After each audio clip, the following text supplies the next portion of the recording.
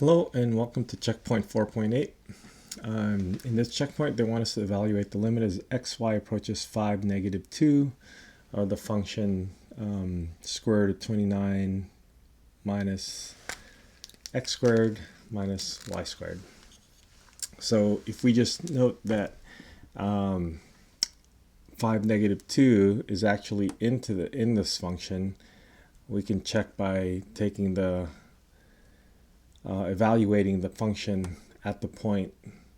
So this is 29 minus 5 squared minus -2 squared, and we see that this is equal to this is 25 negative 4, that's -29, and that's equal to 0. And 0 under the square root is okay, so it looks like 5, -2 is in the domain, and it actually is in the boundary,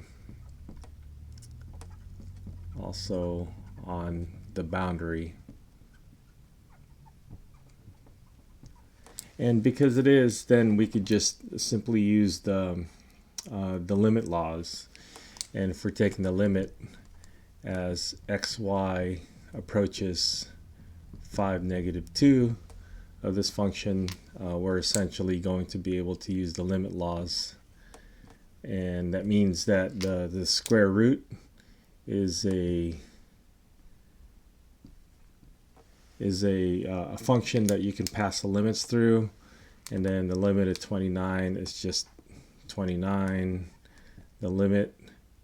And let's just separate this into the different terms, x squared and y squared, and when we do that there's no y, so I'm just going to put the limit as x approaches 5 of 5 squared, or x squared, and then we'll put 5 in there, minus the limit as y approaches -2 of y squared. And technically you're taking the limit as x approaches 5 of x, and then you're squaring that, which is simply going to be 5 squared, and this is -2 squared.